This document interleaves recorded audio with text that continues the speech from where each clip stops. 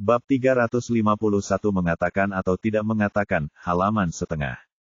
Mungkin karena perhatiannya teralihkan saat menghadapi serangan Takahashi, Lin Yu sepertinya tidak menyadari belati tajam yang ditusukkan dari belakang. Setelah melihat ini, mata Tezuka bersinar dengan kegembiraan yang luar biasa. Dia menekan tangan kirinya di pergelangan tangan kanannya dan menusuk punggung bawah Lin Yu dengan seluruh kekuatannya. Melihat belati tajam itu hendak menembus punggung bawah Lin Yu, Tezuka. Tiba-tiba dia merasakan benda asing masuk ke dalam mulutnya, dan benda itu langsung masuk ke bagian belakang langit-langit mulutnya, menyebabkan rasa sakit yang menusuk. Sebelum dia sempat bereaksi, hantaman besar itu langsung menjatuhkannya, dan dia jatuh ke tanah dengan keras, dan belati itu terpental. Wow, Tezuka menutup mulutnya dan menjerit teredam, mengeluarkan beberapa gigi. Seluruh wajahnya berubah menjadi merah darah, dan dia berguling-guling di tanah berteriak. Dia sangat kesakitan saat ini. Tuan Tezuka, ada apa denganmu? Lin Yu berbalik dan melihat ke arah Tezuka, lalu melihat ke pedang samurai yang dia ambil dari tangannya mau tidak mau bertanya-tanya. Melihat Tezuka di tanah, dia sepertinya langsung mengerti apa yang sedang terjadi. Dia mengerutkan kening dan menyalahkan Tezuka, Tuan Tezuka, ada apa denganmu? Tidakkah kamu melihat bahwa aku sedang memegangnya? Pedang. Tanda tanya, benar-benar iblis. Seorang pria Jepang yang terbaring di tanah dan melihat semuanya tiba-tiba bergidik. Dia baru saja melihat dengan jelas bahwa pada saat pemiliknya hendak bergegas ke belakang Lin Yu, prajurit di tangan Lin Yu pisau itu menusuk mulut tuan rumah mereka seperti petir, menjatuhkan tuan rumah mereka ke tanah. Dilihat dari kecepatan dan keakuratan penikaman ini, Lin Yu pasti melakukannya dengan sengaja. Jelas bahwa dia telah menyadari serangan diam-diam dari pemilik gym mereka. Pria Jepang itu menelan ludahnya. Dia awalnya berpikir untuk menggunakan kekuatan terakhirnya untuk menyerang Lin Yu secara diam-diam. Melihat situasi ini, dia segera melepaskan idenya dan berbaring di tanah dengan bunyi gedebuk, berpura-pura mati. Tuan Tezuka, apakah Anda mencoba menyerang saya secara diam-diam? Lin Yu melirik belati yang jatuh ke tanah di kejauhan, dan berkata dengan dingin, mengapa, kerajaan matahari terbit Anda yang baik hati dan saleh hanya mengetahui hal tercela seperti ini? Perilaku, apakah itu metode yang kejam? Tezuka tidak bisa berkata-kata saat ini, tubuhnya gemetar, dan dia melambaikan tangannya ke arah Lin Yu memohon, menunjukkan bahwa dia harus menunjukkan belas kasihan. Saat ini, Tezuka baru saja mengalami hantaman keras, dan sangat ketakutan hingga hati dan kantong empedunya hampir patah. Dia akhirnya tahu betapa menakutkannya pemuda lemah di depannya ini. Bahkan ahli pedang terkuat di Kekaisaran Matahari Terbit pun mungkin rentan terhadapnya. Tuan Tezuka, jangan takut. Saya tidak akan pernah menyentuh Anda sedikit pun kecuali jika sudah waktunya. Setelah Lin Yu selesai berbicara, wajahnya menjadi dingin, dan dia tiba-tiba memukul pergelangan kaki kiri Tezuka dengan sebuah pukulan pedang. Tezuka berteriak dengan suara teredam, urat-urat darah tiba-tiba muncul di keningnya, dan matanya hampir melotot. Bersabarlah, dan kamu akan segera baik-baik saja. Begitu Lin Yu selesai berbicara, katana di tangannya kembali mengenai pergelangan kaki kanan Tezuka dengan keras. Kali ini Tezuka mengabaikan rasa sakit di mulutnya, membuka mulutnya lebar-lebar dan berteriak dengan sedih, tubuhnya mengejang beberapa kali, matanya memutar, dan dia pingsan. Oke, rekening antara dua sekolah seni bela diri kita telah diselesaikan. Lin Yu melirik orang-orang yang berguling-guling dan meratap di tanah, lalu mengangkat tangannya kembali, dan katana di tangannya terbang dengan dengungan, dengan ledakan, itu dimasukkan ke dalam bendera matahari terbit yang tergantung di dinding. Kerikil tiba-tiba terbang keluar, dan bilah kayu itu dimasukkan langsung ke dinding lebih dari 3 inci. Ngomong-ngomong, izinkan saya menambahkan, nama saya Hejiarong. Jika Anda ingin menantang saya lagi, saya akan menemani Anda kapan saja. Lin Yu menambahkan dengan kepala terangkat tinggi, lalu berbalik dan berjalan keluar. Li Qianhao di depan pintu menyaksikan pemandangan ini dengan matanya sendiri. Dia sangat ketakutan hingga wajahnya menjadi pucat dan kepalanya dipenuhi keringat dingin.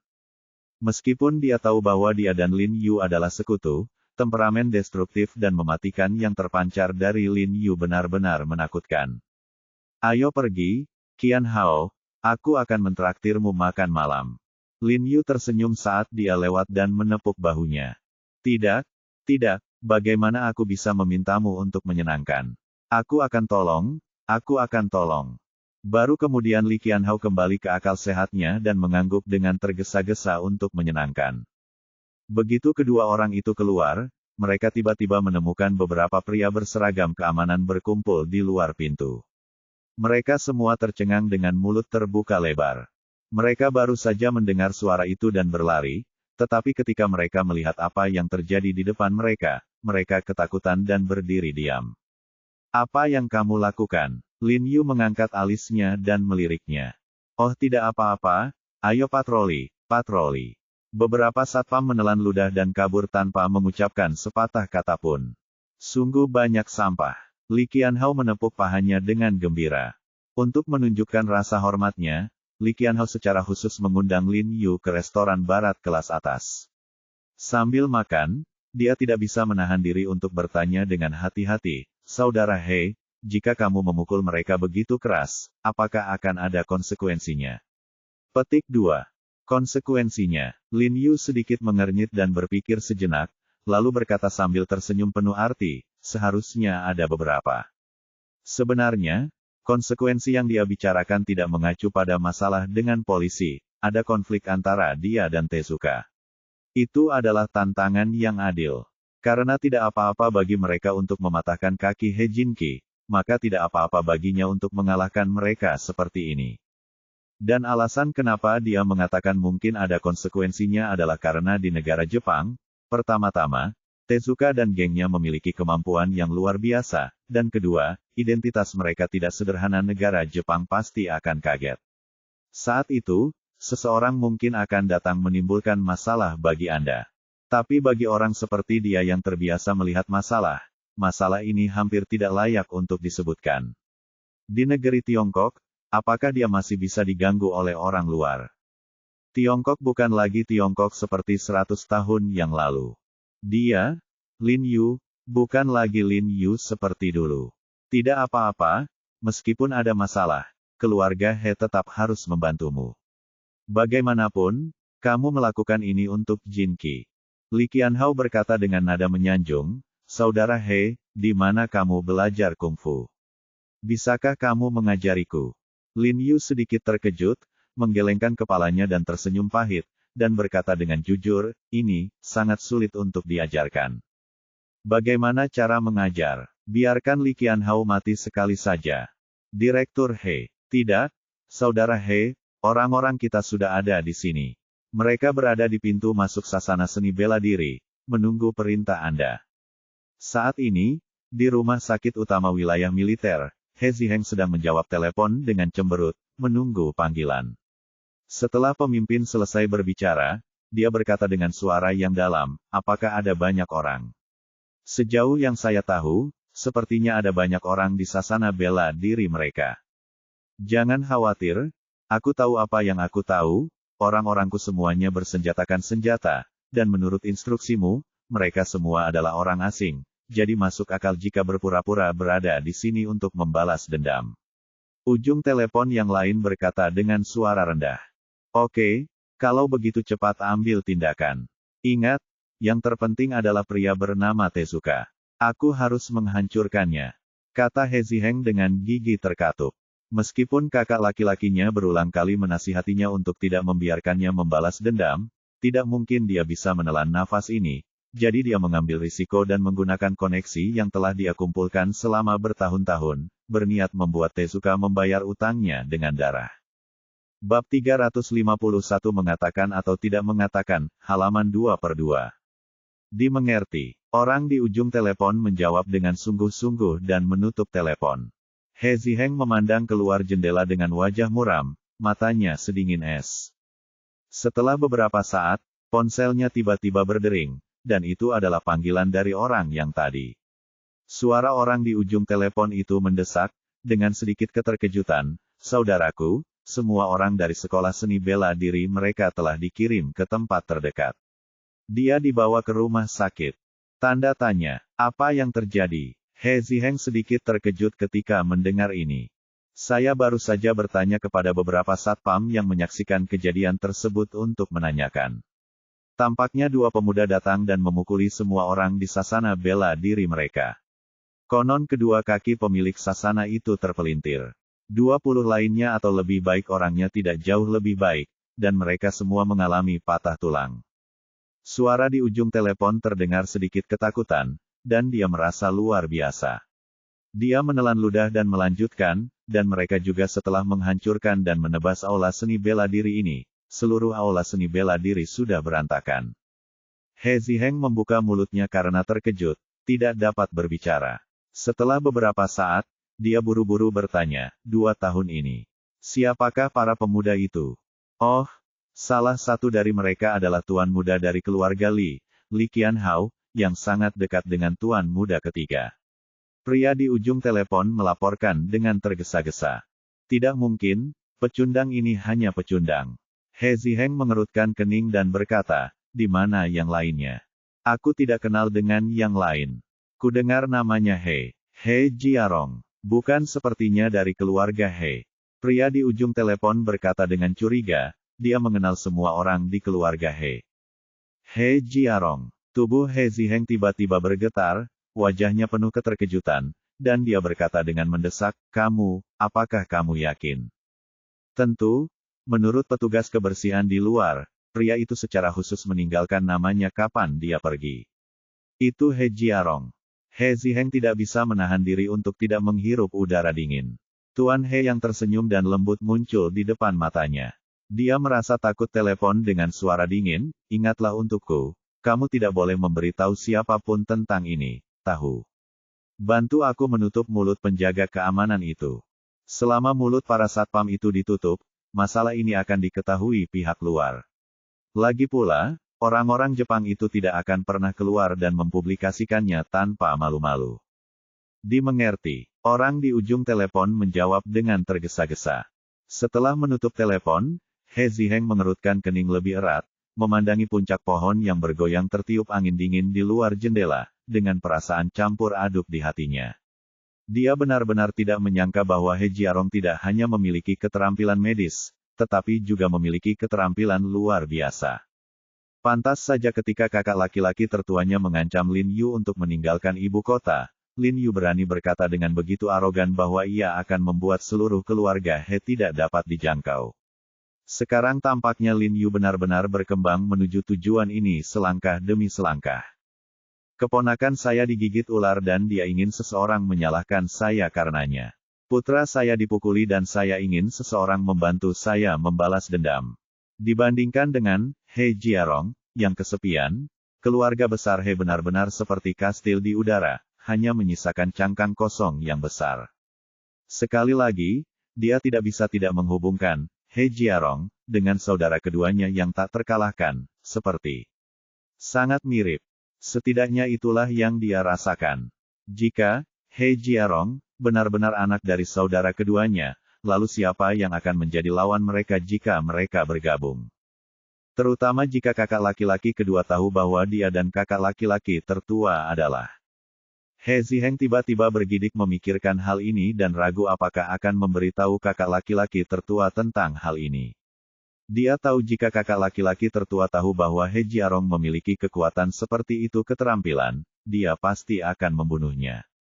Sebagai musuh yang tangguh, kami pasti akan melakukan yang terbaik untuk menekannya.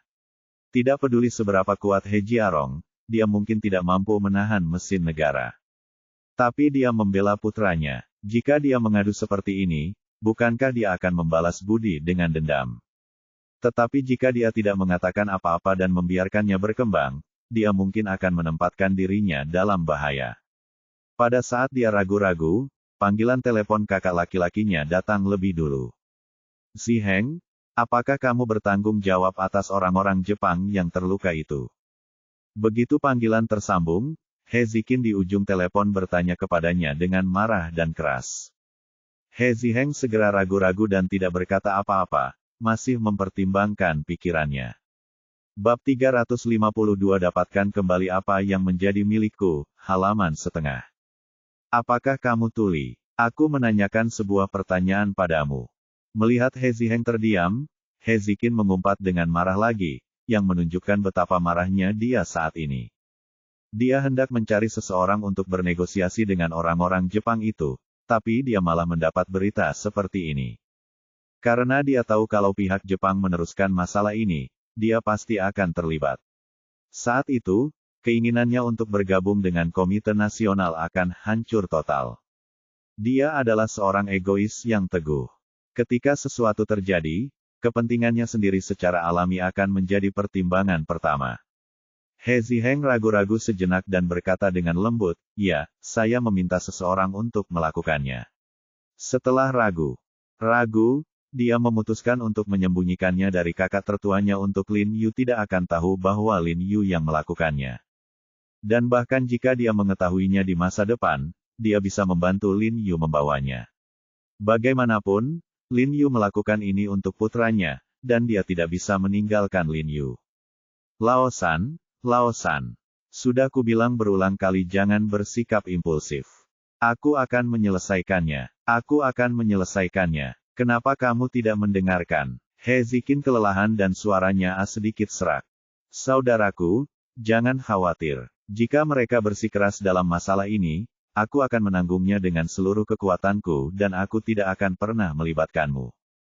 Bagaimana mungkin He Ziheng tidak tahu apa yang dipikirkan kakak tertuanya, katanya dengan agak dingin.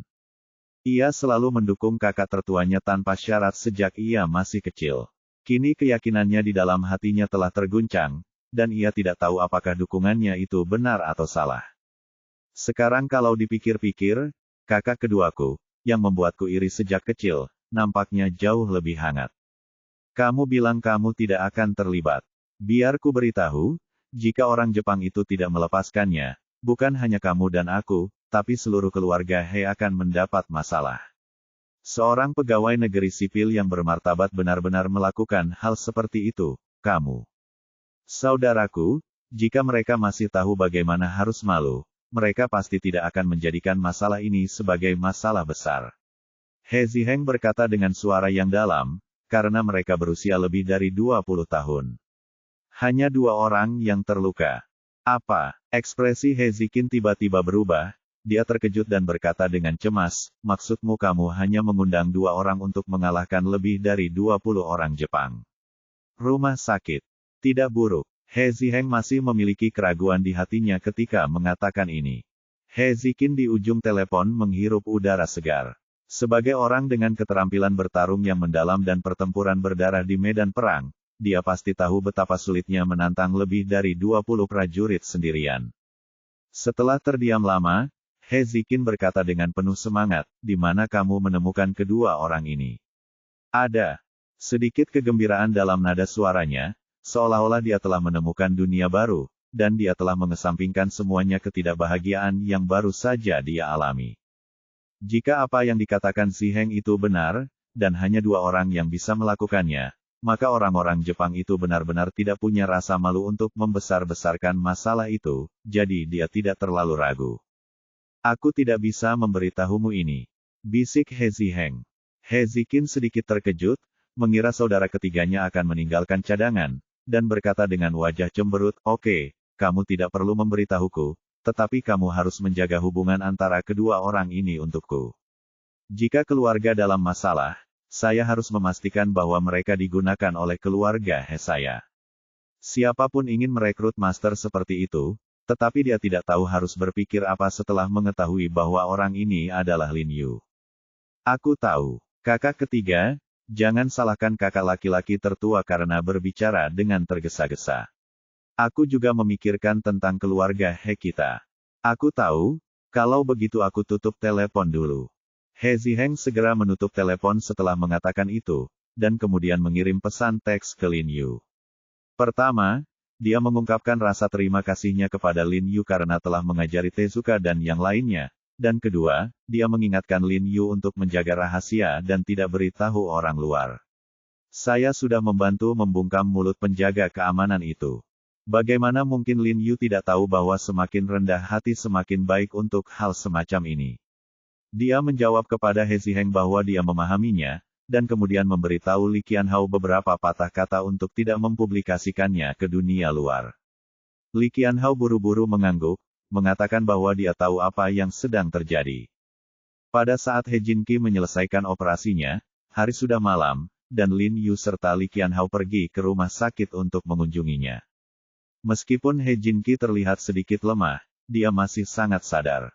Setelah melihat Lin Yu, dia menyeringai dan berkata dengan lembut, "Kakak kedua, maafkan aku telah membuatmu malu." "Tidak, kami semua bangga dari kalian." Lin Yu tersenyum hangat padanya, lalu menyerahkan bahan obat di tangannya kepada He Ziheng, dan berkata, "Paman. Hei, ini obat yang saya resepkan untuk Jinqi. Saya tahu Anda tidak punya waktu untuk membelinya, jadi aku membawakan beberapa khusus untukmu. Ayo." He Ziheng segera mengambilnya dengan kedua tangan, menatap Lin Yu dengan mata yang rumit, menepuk tangannya, dan berkata dengan sungguh-sungguh, "Terima kasih." Mengangguk, dan berkata dengan sungguh-sungguh, "Sama-sama. Ayo keluar dulu dan biarkan anak-anak mengobrol sebentar." He Ziheng segera membawa istrinya dan berjalan keluar. Wan Xiaofeng, yang sedang duduk di dalam, melirik Lin Yu, menundukkan kepalanya dan memainkan ponselnya tanpa berbicara. Lin Yu menghela nafas pelan dan tidak berbicara dengannya. Dia menoleh ke He Jinqi dan bertanya, "Bagaimana perasaanmu? Setan kecil, turunkan saja." He Jinqi menepuk pahanya dan menghela nafas dengan sedikit penyesalan. "Tidak apa-apa, saudara, dia telah mengalahkan mereka semua untukmu." Li Qianhao berkata dengan tergesa-gesa, wajahnya penuh kegembiraan. Sekarang dia memikirkan kejadian tadi, darahnya masih mendidih. "Apa?" He Jinqi mengerutkan kening, sedikit bingung. "Saudaraku He, bolehkah aku berbicara dengan Jinqi?" Li Qianhao menatap Wan Xiaofeng dengan hati-hati. Dia juga tahu tentang perselisihan antara Wan Jia dan Lin Yu, jadi dia sedikit khawatir tentang Wan Xiaofeng. Wan Xiaofeng berdiri dengan sadar ketika dia melihat ini, dan berkata kepada He Jinqi, "Jinqi, aku pergi dulu." Setelah mengatakan itu, dia berjalan keluar. He Jinqi ragu-ragu untuk berbicara, dan akhirnya hanya menghela nafas tanpa daya, lalu bergegas. Lin Yu berkata, "Kakak kedua, Xiaofeng sebenarnya bukan orang jahat." "Aku tahu." Lin Yu mengangguk sambil tersenyum. Li Qianhao segera duduk di sebelah He Jinqi dan memberitahu He Jinqi apa yang telah terjadi. He Jinqi sangat bersemangat hingga dia terus berkata, "Luar biasa, luar biasa." Lin Yu tersenyum dan melihat mereka berdua berbicara, sambil mengupas apel untuk He Jinqi. Mereka bertiga mengobrol sampai dokter datang untuk mendesak mereka istirahat, baru kemudian Lin Yu dan Li Qianhao berdiri dan mengucapkan selamat tinggal. Karena Li Qianhao sedang mengemudi, dia akan mengirim Lin Yu kembali terlebih dahulu.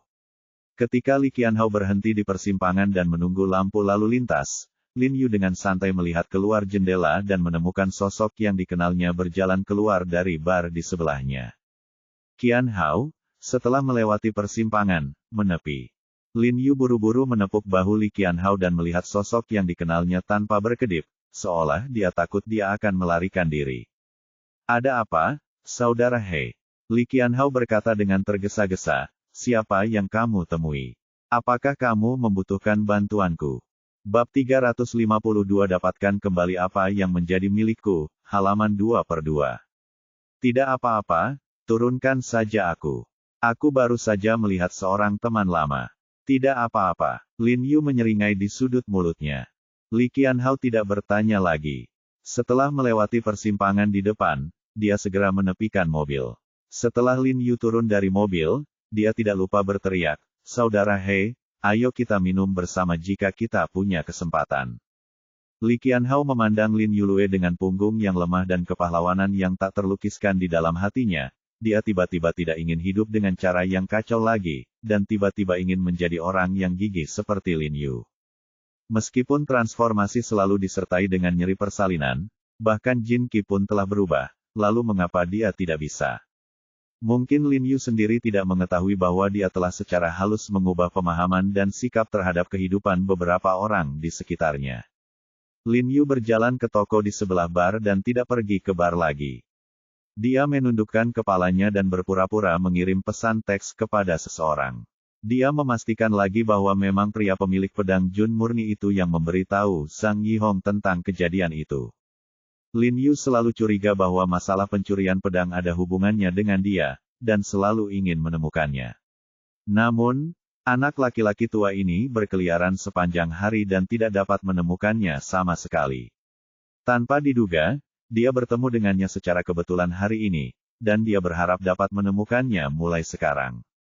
Dia mendapatkan beberapa informasi berguna dari mulutnya sehingga dia bisa mendapatkan pedangnya kembali. Su tua tampak seperti dia terlalu banyak minum. Dia mengaitkan lengannya ke bahu seorang pria parubaya yang cantik dan berkata dengan samar, "Sudah kubilang, sobat, meskipun kamu sudah berkecimpung di industri barang antik selama bertahun-tahun, semua hal yang telah Anda temui digabungkan, bersama dengan saya, harta yang saya temukan tidak berharga. Anda melebih-lebihkan. Lukisan karya Sudongpo yang saya beli terjual ratusan juta." Pria parubaya yang cantik juga banyak minum, kata agak tidak yakin. "Berapa 100 juta? Apa itu?" Su tua mendengus, "Apa yang kutemukan adalah harta yang tak ternilai harganya." Setelah berbicara, Su tua mengulurkan lengannya, meluruskan telapak tangannya dan menebas, dan berkata, "Pedang Jun murni, lakukan kamu tahu. Pedang Jun murni dari Raja Yue Goujian. Tidak mungkin, ledakkan saja." Pria berkulit putih itu sedikit terkejut, lalu langsung melambaikan tangannya, jelas tidak percaya. "Kenapa aku berbohong padamu? Tahukah kamu bagaimana aku mendapatkan pakaian ini? Tuan Muda Zhang memberikannya kepadaku. Hanya karena aku membantunya mendapatkan pedang Jun murni." Su tua mencibir dan berkata, "Aku mencurinya dari orang bodoh bocah itu, ketika kami membelinya dari dia dan dia menolak untuk menjualnya, kami hanya mencurinya untuknya. Kali ini dia dipukuli habis-habisan. Meskipun dia tahu kami yang mencurinya, dia bahkan tidak berani untuk mengatakan apapun." Dia memeluk leher pria berkulit putih itu dan tertawa. Pria berkulit putih itu menggelengkan kepalanya dan berkata, "Itu tidak mungkin.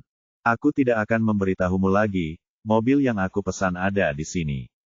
Setelah melihat mobil yang dia panggil, Lao Su buru-buru melambai, menepuk dada pria cantik itu, dan masuk ke dalam mobil. Lin Yu bergegas, naik taksi dan mengikutinya. Setelah melewati beberapa persimpangan, mobil Lao Su berhenti di depan sebuah komunitas yang relatif mewah. Setelah keluar dari mobil, Lao Su bergoyang dan bersenandung sambil berjalan dengan santai menuju komunitas tersebut. Lin Yu juga dengan cepat meminta pengemudi untuk berhenti, dan kemudian dia mendatangi Lao Su dalam sekejap. Jika orang biasa tiba-tiba menemukan orang seperti itu tiba-tiba muncul di hadapannya, dia pasti akan berteriak, "Hantu," dengan ketakutan. Tapi Su tua sedikit bingung setelah minum, jadi dia mengulurkan tangannya dan mendorong Lin Yu, dan mengutuk dengan marah, "Minggir, jangan menghalangi jalan paman." Jatuh dengan pop di tanah. Dasar bocah nakal sedang mencari kematian. Lao Su membuka mulutnya dan hendak mengutuk, tetapi ketika dia mendongak dan melihat wajah Lin Yu dengan jelas di bawah cahaya, dia tiba-tiba gemetar dan wajahnya penuh kepanikan. "Saudara Su, jangan takut. Saya di sini hanya untuk mengambil barang-barang saya kembali dari Anda." Lin Yu berjongkok sambil tersenyum dan dengan lembut membersihkan debu dari tubuhnya. Bab 353 Mencari Pedang. "Dia, saudaraku Hei, kita perlu berbicara dengan hati-hati jika ada yang ingin kita katakan."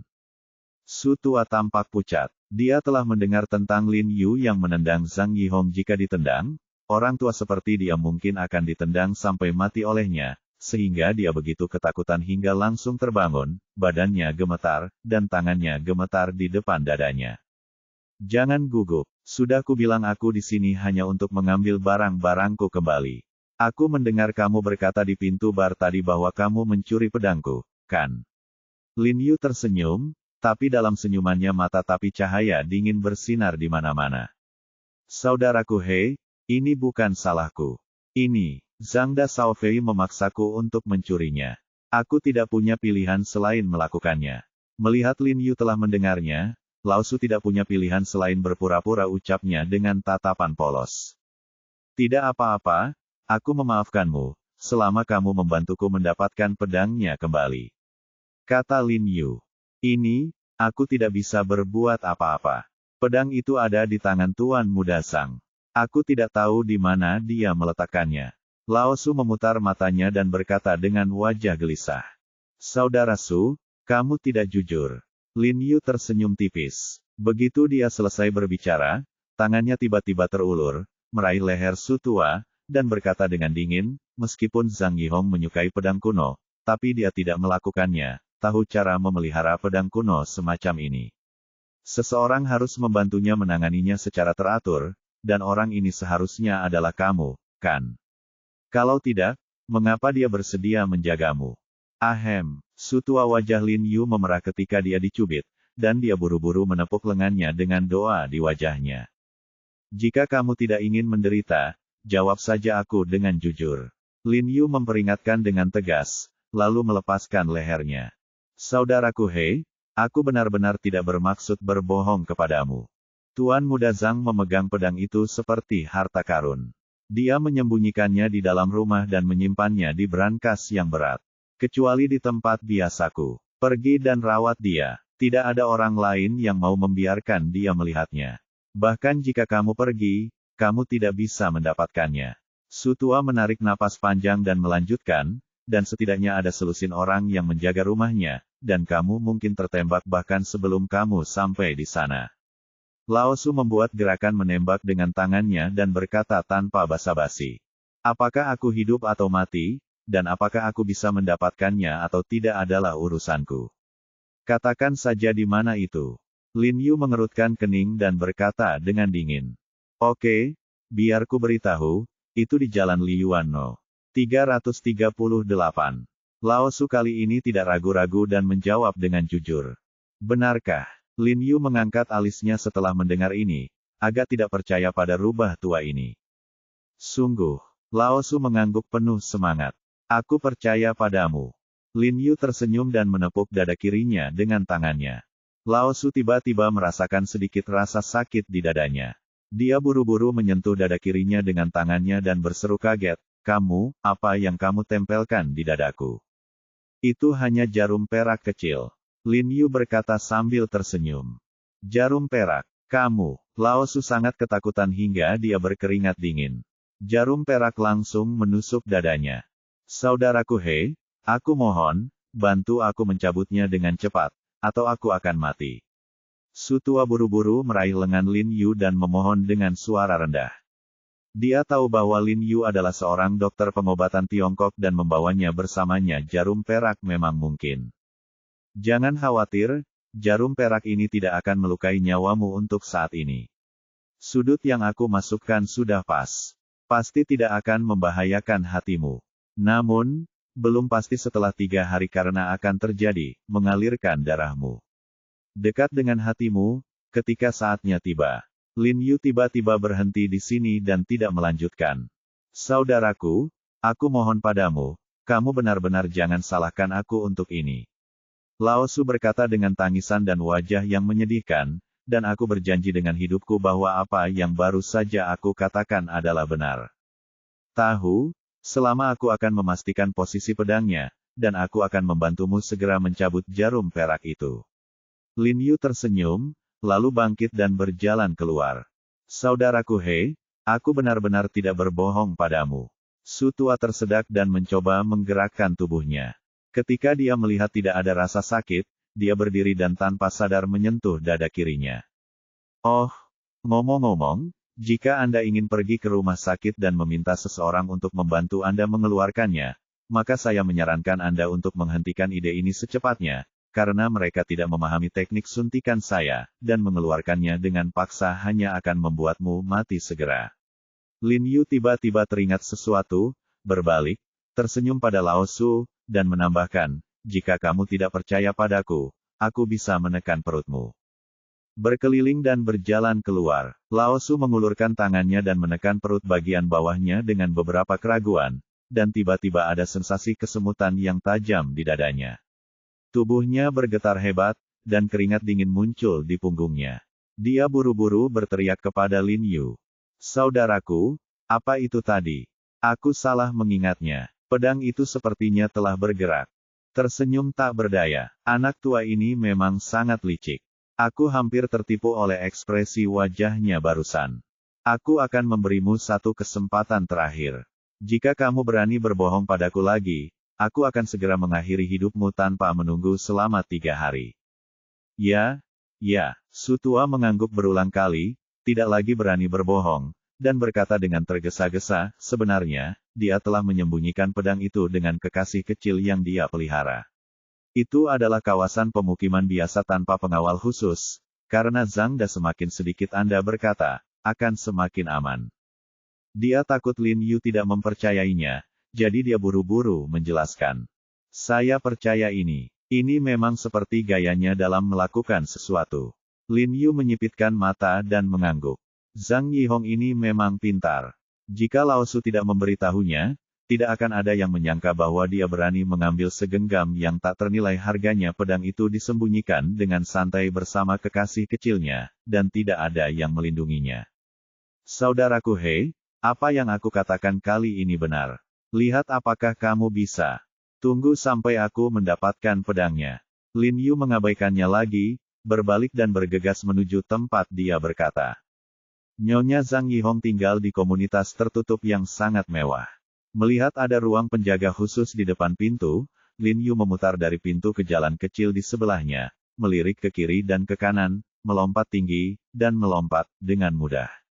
Di dalam komunitas. Kemudian ia menemukan unit dan nomor rumah sesuai dengan unit dan nomor rumah yang disebutkan Lao Su. Lin Yu secara khusus mengenakan topi jaketnya dan membungkusnya erat-erat untuk menutupi wajahnya agar tidak terfoto oleh kamera pengintai. Setelah memasuki lift, dia mengulurkan tangan dan menggunakan jarum perak untuk menghancurkan kamera pengintai di dalam lift dan turun.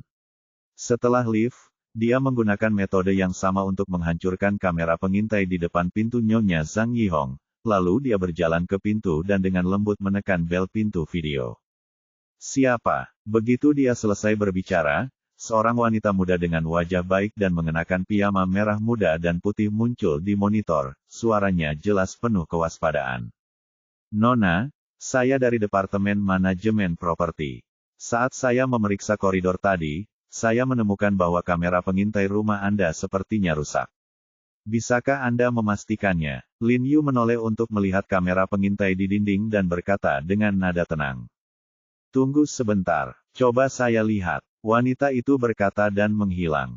Lalu dia berjalan kembali dengan cepat dan berkata dengan tergesa-gesa, ya, saya benar-benar tidak punya foto di sini. Bagaimana pengawasan yang baik di rumah kita bisa dipatahkan? Terjadi. Mungkin ada kesalahan pada kabelnya. Apakah Anda memiliki senter? Biarkan saya memeriksanya dan meminta tukang listrik untuk memperbaikinya nanti. Lin Yu berkata dengan tenang sambil mengangkat kepalanya tinggi-tinggi. Wanita di ruangan itu ragu-ragu sejenak, lalu berkata, oke, tunggu sebentar. Segera pintunya terbuka sedikit, tetapi rantai anti-maling yang berat di dalamnya tidak dilepas sepertinya itu adalah Zhang Yihong. Tapi bagi Lin Yu, tidak ada perbedaan sama sekali dengan atau tanpa rantai anti-maling ini. Dia tidak mengambil senter, mengulurkan tangannya dan meraih rantai anti-maling, dan menariknya dengan keras, rantai anti-maling putus seketika. Ah! Wanita itu berteriak ketakutan, dan segera menarik pintu dengan keras, tetapi Lin Yu telah meraih pintu itu. Kemudian dengan tarikan yang tiba-tiba, wanita itu terjatuh dan menabrak pelukan Lin Yu. Lin Yu mendorongnya masuk, lalu segera masuk dan menutup pintu. Siapa kamu? Wanita itu berteriak panik, dan dengan cepat mundur ke ruang tamu. Dia meraih ke sofa dan langsung mengeluarkan pistol perak dan mengarahkannya ke Lin Yu dia. Lin Yu membuat kesalahan dalam langkahnya, dan tubuhnya tiba-tiba menghilang di tempat. Dalam sekejap mata, dia mencapai wanita itu dan mengambil pistol perak dari tangannya. Kemudian dia meletakkan kepalanya di atas kepala wanita itu dan berkata dengan dingin, jangan takut, selama kamu jawab aku dengan jujur dan aku berjanji tidak akan menyakitimu. Di mana Zhang Yihong menyembunyikan pedang itu? Pedang apa? Aku tidak tahu. Wanita itu menelan ludah, meskipun dia panik di dalam, gertakkan gigimu dan bertahanlah. Kamu tidak perlu menyembunyikannya dariku. Lao Su memberitahuku segalanya, mengatakan bahwa pedang itu disembunyikan di sini. Suara Lin Yu dingin, dan dia berpura-pura membunuh tanpa mengedipkan mata dan berkata dengan tegas, aku akan melakukannya memberimu dua pilihan. Satu, jika kamu memberitahuku di mana pedang itu berada, aku akan mengambilnya dan segera pergi. Jika kamu lebih memilih mati daripada menyerah, aku akan membunuhmu dan kemudian menemukan pedang itu dan pergi. Kamu tentukan pilihanmu. Menggigit bibirnya rata-rat, Lin Yu menyebut Lao Su, mengetahui bahwa sekeras apapun dia berbicara, itu tidak akan berguna. Di ruang rahasia di belakang lemari TV. Wanita itu dengan ragu menunjuk ke lemari TV di ruang tamu. Lin Yu meraihnya dan mendorongnya, menekannya ke tanah, dan memberi isyarat padanya untuk membuka kompartemen rahasia. Wanita itu mengertakkan gigi, menarik keluar lemari TV dengan kedua tangannya, lalu dia mengulurkan tangan dan menyentuh dinding. Dengan suara, klik, sepotong dinding persegi panjang segera melompat, memperlihatkan persegi panjang ramping di dalam kompartemen rahasia. Saya melihat sebuah kotak kayu hitam ramping ditempatkan di kompartemen rahasia. Lin Yu tiba-tiba menjadi bersemangat saat melihat adegan ini, mengetahui bahwa dia akhirnya akan mendapatkan pedangnya kembali. Buka, Lin Yu takut akan ada mekanisme, jadi dia berteriak kepada wanita itu dengan sangat hati-hati. Wanita itu mengulurkan tangannya dan dengan hati-hati mengeluarkan kotak itu, lalu perlahan membuka tutupnya, memperlihatkan pedang Jun murni yang bersinar dingin di dalamnya. Pedang Jun murni di mata Lin Yu bersinar dengan warna biru kehijauan yang kaya, dan itu jelas pedang asli yang telah hilang darinya. Dia sangat gembira, dan saat dia hendak meraihnya, dia tiba-tiba mendengar suara aneh datang dari ruang tamu, dan kemudian pintu dibuka dengan derit. Bab 354 mungkin perlu mengirim seluruh pasukan. Saat pintu dibuka, sesosok tubuh dengan cepat masuk dan berkata dengan waspada, Tong Tong, mengapa rantai anti-maling di pintu ini rusak? Petik 2. Ekspresi Lin Yu berubah, dia tidak menyangka akan tiba tepat pada waktunya. Dia buru-buru meraih pedang Chun Jun di dalam kotak, tapi Tong Tong mengambil pedang itu dan segera melemparkannya ke arah Zhang Yihong. Kaget, Yihong, tangkap. Zhang Yihong mendongak dan tanpa sadar mengangkat tangannya untuk menangkap pedang. Lin Yu mengerutkan kening dan buru-buru melemparkan pistolnya. Dengan ledakan, pistol itu mengenai pedang dengan akurat menuju kamar tidur dalam sekejap. Zhang Yihong telah melihat wajah Lin Yu dengan jelas saat ini, wajahnya tiba-tiba menjadi pucat, dan dia berseru, He Jiarong. Lin Yu juga sedang menatapnya saat ini, mata mereka saling berhadapan, dan mata mereka saling berhadapan murid-muridnya sama. Zhang, tanpa mengucapkan sepatah kata pun, semua keluar dalam sekejap dan bergegas ke kamar tidur. Meskipun Zhang Yihong dekat dengan pintu, saat dia bergegas ke pintu kamar tidur, Lin Yu sudah bergegas, dan keduanya hampir bertabrakan. Zhang Yihong tampak galak, berteriak dengan marah, dan mengangkat tinjunya untuk memukul wajah Lin Yu. Tapi begitu dia mengangkat tangannya, dia tiba-tiba merasakan jari-jari Lin Yu menusuk tulang rusuknya. Kakinya menjadi lunak seketika, dan tubuhnya tiba-tiba menjadi kaku lemas. Ya, aku terjatuh ke tanah dengan bunyi gedebuk, menahan tulang rusukku yang kesakitan dan berkeringat deras. Aku tidak bisa bernapas. Sepertinya seluruh kekuatan di tubuhku telah terkuras, dan aku tidak bisa berdiri. Maaf, Kapten Zhang, saya baru saja menerima pedang ini. Lin Yu berjalan ke kamar tidur dengan tenang, mengambil pedang berkilauan di tanah, dan berkata dengan santai, tidak, menurut saya mengambilnya kembali. Petik 2. Saya melihat badan pedang itu masih terang dan tajam setelah terjatuh tadi, tanpa ada cacat atau bahkan goresan. Pedang yang bagus, pedang yang sangat bagus. Lin Yu tiba-tiba mengayunkan pedangnya, dan pedang itu berdengung seperti naga yang mengaum dan harimau yang mengaum. He Jiarong, izinkan saya memberitahu Anda, jika Anda berani mengambil pedang ini, keluarga Zhang saya pasti akan berselisih dengan Anda. Zhang Yihong tahu bahwa akan sulit untuk melampaui Lin Yu dengan reputasinya sendiri, jadi dia membawanya keluarkan nama keluarga Zhang. Tapi yang tidak dia ketahui adalah Lin Yu bahkan tidak meremehkan keluarga He, jadi bagaimana dia bisa peduli dengan keluarga Zhang? Bukankah keluarga Zhangmu sudah lama berselisih denganku? Lin Yu berkata dengan ringan, lagi pula, ini pertama kalinya aku melihat pencuri yang tidak tahu malu berani menjadi begitu sombong. Kamu tidak boleh mengambil barang-barang itu, bukan milikmu. Petik 2. Kentut. Pedang ini milikku, milikku. Orang sepertimu tidak pantas mendapatkannya. Teriak Zhang Yihong dengan mata merah, hampir gila. Baginya, pedang ini adalah hati dan jiwanya.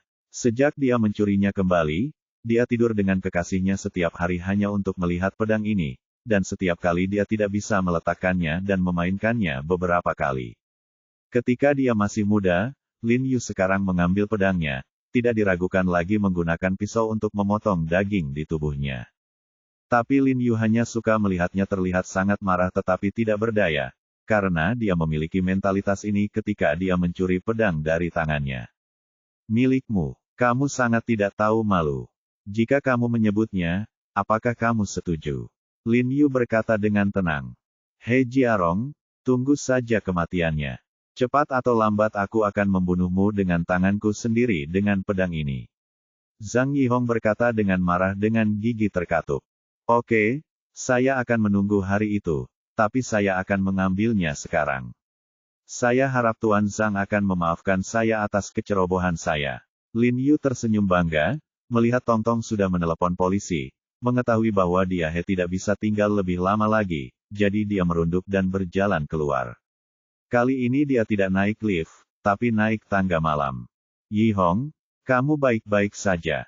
Melihat Lin Yu pergi, Tong Tong buru-buru membungkuk untuk membantu Zhang Yihong, dan berkata dengan prihatin, jangan khawatir, saya sudah menelepon polisi. Jika waktunya tiba, biarkan polisi pergi ke sana rumah mereka untuk menangkapnya. Pedang itu secara alami akan kembali. Pedang itu akan dikembalikan kepadamu. Persetan. Zhang Yihong merasa sedikit lebih baik sekarang, berdiri perlahan, dan berkata dengan suara yang dalam, kamu tidak bisa membiarkan polisi tahu tentang ini, beritahu mereka kamu tidak membutuhkannya. Ayolah, begitu pedang ini ditemukan, pedang itu akan disita. Dia sangat menyukai pedang ini, dan tentu saja tahu bahwa semakin sedikit orang yang tahu tentang keberadaan pedang ini, semakin aman jadinya, jadi sama seperti sebelumnya. Sama seperti dia mencuri pedang dari Lin Yu, dia hanya bisa menderita kerugian bodoh kali ini dan hanya bisa menemukan cara untuk mencuri pedang itu kembali di masa depan. Setelah Lin Yu mengambil pedangnya, dia tidak pulang, sebaliknya, dia langsung pergi ke aula Huiseng dan menyerahkan pedang itu kepada Li Zhensheng untuk diamankan. Li Zhensheng berada di aula kebangkitan hampir 24 jam sehari, jadi dia selalu bisa menggunakan pedang ini. Dan dengan kemampuannya, sepertinya tidak mudah untuk mencuri pedang itu darinya. Setelah mendapatkan pedangnya kembali, Lin Yu akhirnya merasa lebih nyaman kali ini. Sekarang jika dia bertemu dengan pembunuh yang mengetahui seni mistik lagi, dia akan yakin akan hal itu. Setelah Lin Yu kembali ke rumah, Jiang Yan masih terjaga. Dia dan Ye Qingmei sedang duduk di sofa, memakai masker wajah dan menonton sinetron. Jiarong, ayo. Ayo. Ketika Jiang Yan melihat Lin Yu, dia segera memanggilnya untuk duduk di sampingnya, mengulurkan tangannya dan memeluknya, dan menekan seluruh dadanya padanya tanpa ragu-ragu, bersemangat.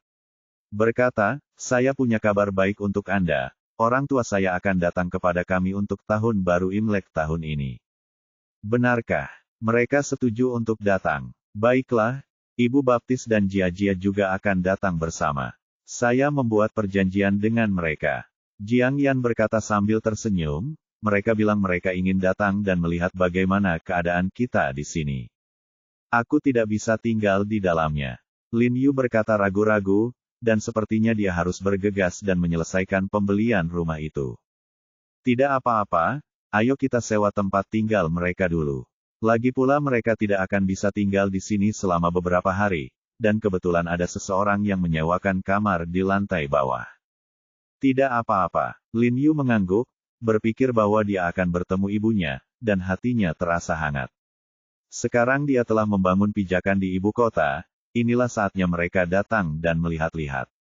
Pada saat ini, di bangsal khusus Rumah Sakit Rakyat Beijing, seorang pria Jepang yang mengenakan jas hitam dan membawa tas kerja buru-buru berjalan ke bangsal VIP di ujung koridor, mengetuk pintu dengan lembut, dan berkata dengan suara yang dalam, tangan, suka, ini aku, Nishimura. Silakan masuk. Sebuah suara yang dalam datang dari dalam. Nishimura mendorong pintu hingga terbuka, lalu berbalik dan melihat ke belakang. Melihat tidak ada yang memperhatikan, dia buru-buru masuk dan mengunci pintu. Tuan Nishimura, Anda di sini. Tezuka, yang berada di tempat tidur dengan kaki ditutupi plester tebal, semuanya telah diangkat. Dia berkata dengan nada meminta maaf kepada Nishimura, "Maaf, saya tidak bisa bangun untuk memberi hormat padamu. Kali ini aku telah mempermalukan kekaisaran matahari terbit." Setelah mengatakan ini, Tezuka menghela nafas panjang, wajahnya penuh kekesalan. Serius sekali, Nishimura, melihat kakinya yang tergantung dan berbisik, berapa banyak orang yang pergi ke sasana bela diri untuk menimbulkan masalah. Satu. Tezuka menundukkan kepalanya dan berkata ragu-ragu. Ekspresi Nishimura tiba-tiba berubah. Dia tidak bisa menahan untuk membuka mulutnya, dan menegaskan lagi, satu orang menyakiti lebih dari 20 orang. Tanda seru petik 2, lumayan. Tezuka menundukkan kepalanya, dengan getir lihat wajahnya. Ternyata master legendaris Tiongkok itu benar-benar ada. Nishimura sangat terkejut, lalu dia tiba-tiba mengerutkan kening dan berkata dengan lembut, "Saya khawatir akan jauh lebih sulit untuk melaksanakan rencana kita sekarang, ya." Orang ini sangat merepotkan, kita harus menyingkirkannya terlebih dahulu, kalau tidak, akan sangat merepotkan jika dia ikut campur dalam urusan kita. Tezuka berkata dengan suara berat sambil mengerutkan kening. Tapi kemudian ekspresinya sedikit berubah. Memikirkan keterampilan Lin Yu yang luar biasa, dia berkata dengan sedikit khawatir, untuk menghadapinya, kita mungkin perlu mengirimkan Master Kendo terbaik dari kerajaan matahari terbit kita, dan setidaknya 10 atau lebih dari itu. Mereka harus dikepung bersama-sama. Itu mungkin untuk mengalahkannya. Tidak, ini masih belum aman. Kalau kamu bertanya padaku, seluruh pasukan harus dikirim.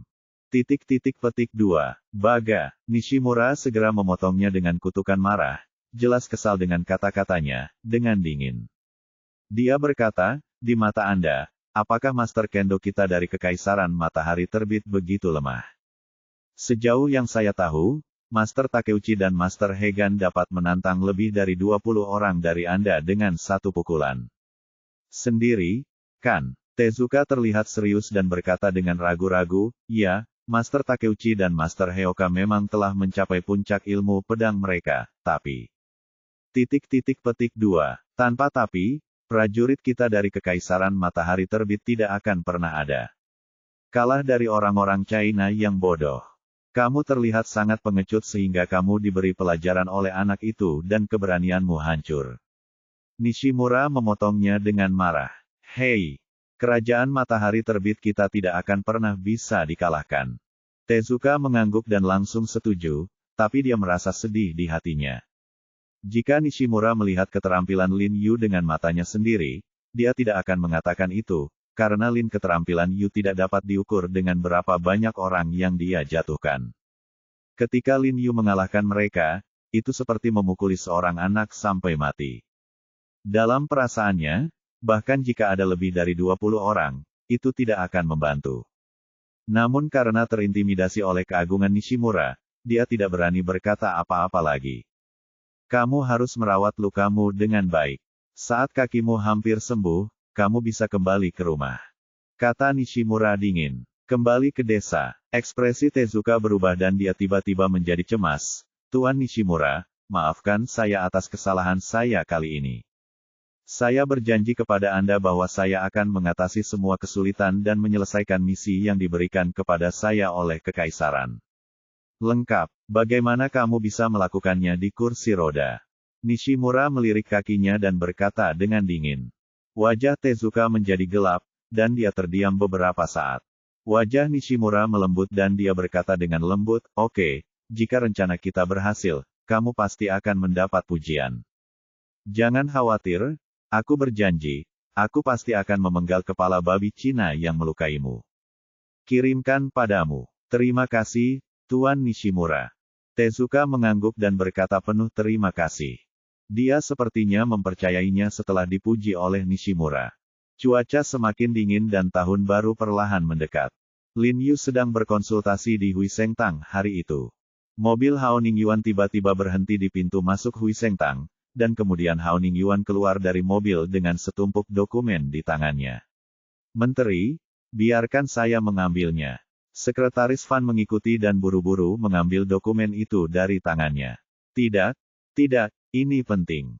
Aku ingin memberi tahu Xiao He secara pribadi. Hao Ningyuan melambaikan tangannya untuk menolaknya dan berjalan cepat ke Aula Kebangkitan. Bab 355 Surat dari Keluarga Kerajaan, halaman setengah. Tuan He, apakah Anda sibuk? Begitu dia memasuki pintu, Hao Ningyuan menyapa Lin Yu sambil tersenyum. Menteri Hao, Lin Yu cukup terkejut saat melihat Hao Ningyuan. Dia tersenyum padanya, buru-buru berdiri, menyerahkan pasien di depannya kepada Dou Xinyi, dan kemudian mengundang Hao Ningyuan ke ruang tunggu. Hao Ningyuan buru-buru melambaikan tangannya dan berbisik, mari kita bicara di dalam. Lin Yu sedikit terkejut. Melihat ekspresi serius Hao Ningyuan, dia mengangguk dengan cepat dan membawanya serta sekretaris Fan ke ruang dalam. Hao Ningyuan memberi isyarat kepada Xiao Fan untuk mengunci pintu, lalu berkata sambil tersenyum, Xiao He, apakah kamu masih ingat tantangan yang diberikan kepadamu oleh Park Sang-yu, dokter pengobatan Korea? Demi martabat negara, beraninya kamu melupakannya. Lin Yu tersenyum.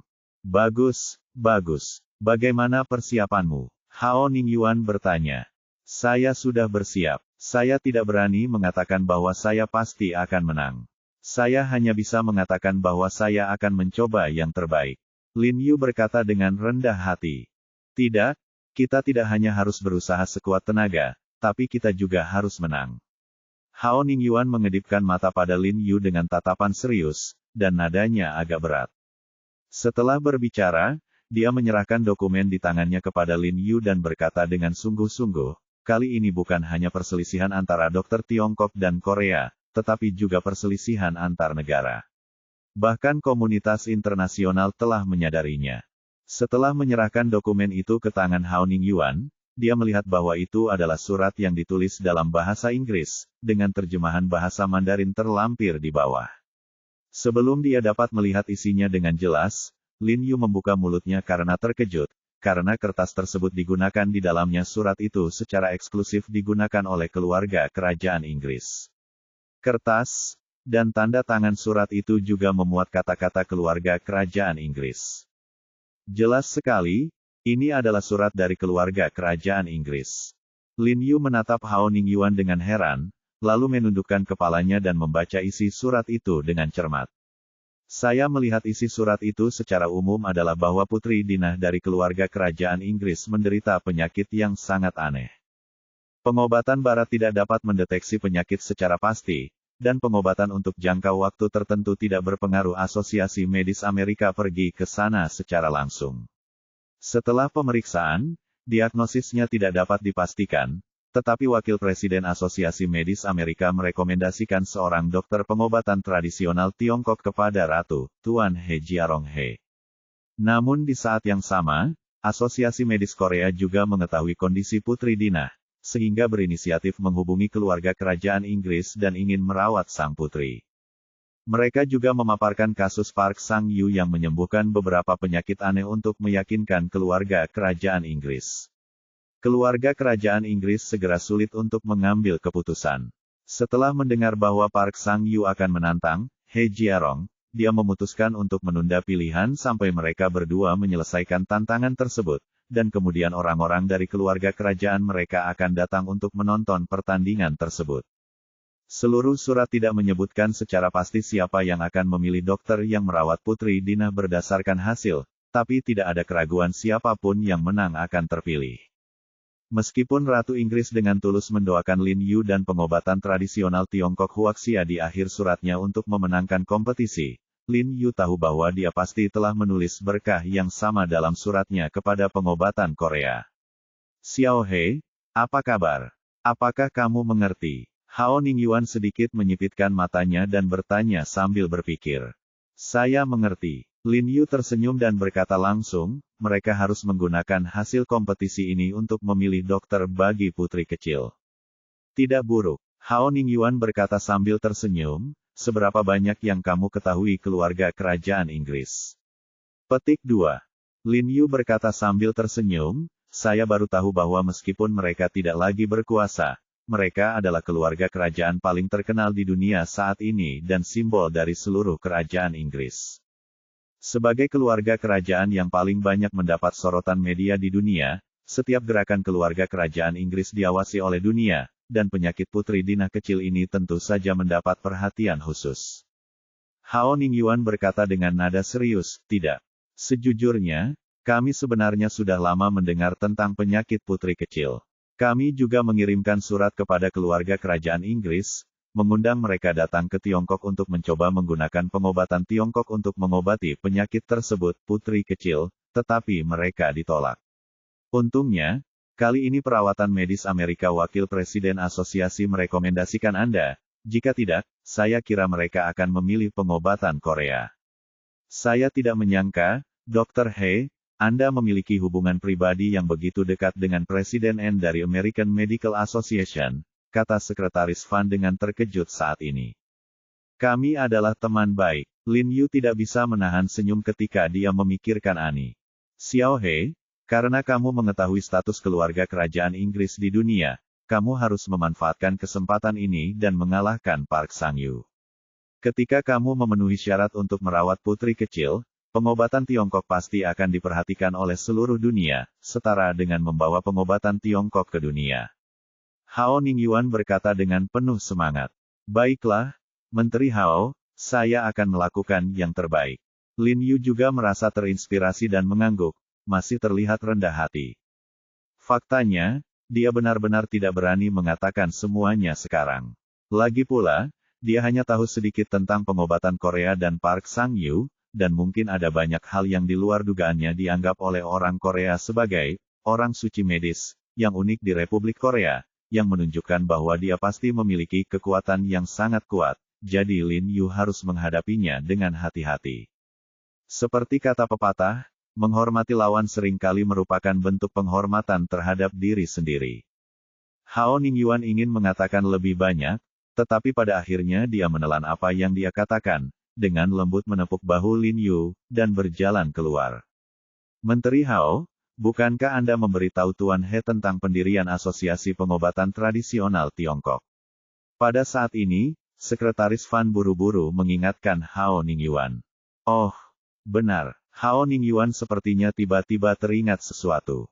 Dia menepuk kepalanya dan buru-buru berbalik dan tersenyum pada Lin Yu, ngomong-ngomong, Xiao He, karena kamu akan menghadapi tantangan Park Sang-yu di tahun depan, jadi aku ingin urusan Asosiasi Pengobatan Tradisional Tiongkok diselesaikan sebelum tahun itu, dan tanggalnya telah ditentukan. Itu akan terjadi akhir pekan ini. Saya akan mengirim seseorang untuk menjemput Anda kalau begitu. Kata Lin Yu sambil tersenyum. Oke, ingatlah untuk datang lebih awal. Saya akan meminta Sekretaris Fan untuk memberitahu Anda beberapa detailnya sebelumnya. Hao Ningyuan mengangguk.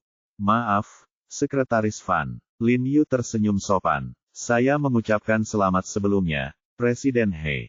Ingatlah untuk mentraktir saya makan malam. Sekretaris Fan tidak lupa mengedipkan mata pada Lin Yu sambil bercanda sebelum pergi. Jelas memberitahu Lin Yu bahwa Hao Ningyuan telah menduduki posisi presiden membuat reservasi terlebih dahulu. Lin Yu tersenyum penuh arti dan merasa bersemangat. Asosiasi Pengobatan Tradisional Tiongkok yang telah menunggu sekian lama, akhirnya akan resmi didirikan. Hal ini dapat dianggap sebagai pencapaian penting dalam sejarah pengobatan tradisional Tiongkok. Setelah Sekretaris Xiao Fan kembali, dia mengirimi Lin Yu prosedur pada hari pendirian asosiasi tersebut. Selain mendirikan Asosiasi Pengobatan Tradisional Tiongkok, Presiden dan Wakil Presiden Asosiasi, serta sekelompok anggota, juga ikut serta, terpilih pada hari itu. Mungkin karena sesi pertama, Hao Ningyuan sepertinya memberikan perhatian khusus pada kemampuan praktisi pengobatan tradisional Tiongkok yang terpilih ke dalam asosiasi. Dia mengundang ratusan praktisi pengobatan tradisional Tiongkok di industri untuk berpartisipasi dalam upacara tersebut dari kuota presiden dan wakil presiden. Asosiasi hanya merekrut 16 orang anggota. 16 orang ini ditentukan oleh presiden dan wakil presiden. Ketika Lin Yu melihat ada banyak ahli pengobatan tradisional Tiongkok dalam daftar, dia tidak bisa menahan diri untuk tidak menggelengkan kepalanya sambil tersenyum masam. Menteri Hao ini hanya memberinya beberapa tugas yang menyinggung. Menunggu hingga akhir pekan ketika Asosiasi Pengobatan Tradisional Tiongkok didirikan, salju tebal turun dari langit, memberikan rasa keberuntungan bahwa salju yang baik menandakan tahun yang baik. Karena cuaca, tidak banyak pasien di rumah sakit, jadi Lin Yu berkata kepada Dou Xinyi dan Ye Qingmei, "Senior, Xinyi, ayo, ikut denganku melihat dunia."